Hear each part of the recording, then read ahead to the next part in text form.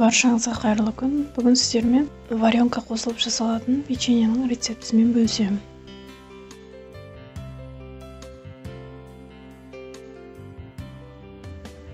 Жұмсақ сары майымызға бір шымшым тұзымызды қосып, миксердің көмегімен әппақ болғанша араластырамыз.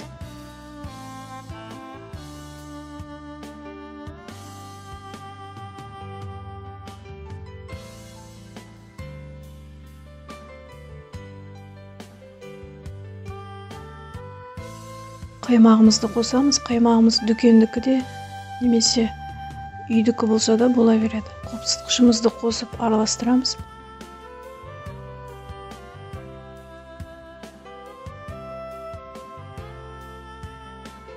Сосын аз-аздан ұнымызды қосып, қасықпен араластыра отырып, сосын қолымызбен жұмсақ қамыр илейміз.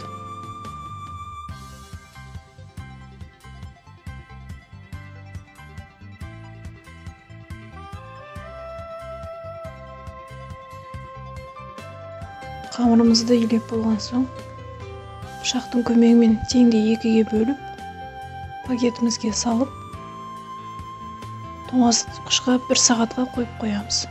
Енді салмасын дайындап аламыз. Бұл үшін менде варенкаға ұсақталған жер жаңғағымызды қосып араластырамыз. Салмамыз дайын. Тоңазытқыштағы қамырымызды шығарып, бір бөлігін қоя тұрамыз, бір бөлігін тағы да 10 немесе 15 бөлікке өз қалауыңызша, үлкенірек жасайтын болсаңыздар, үлкен бөліктерге бөліп, дөңгелектеп,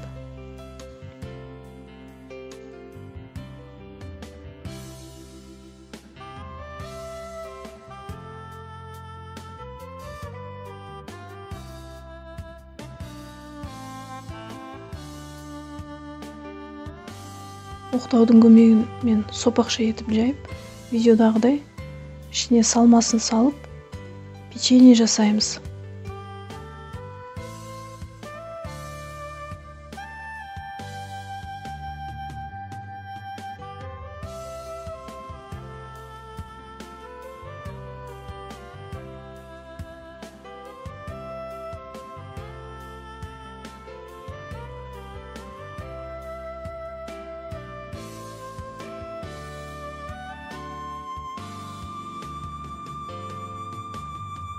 Салмамыз ағып кетпес үшін видеодағыдай жақсылап жабыстырамыз.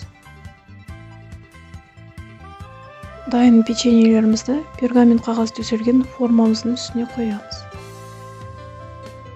Печеньелеріміздің үстіне жұмыртқаның сарысын жабып шығамыз. Менде кадрға түспей қалыпты. Сосын бетіне күнжіт немесе мак сепсеңіздер болады. Алдын ала қыздырылған пеште 180 градуста 25-30 минутта пісіріп аламыз. Печеньеларымыз дайын.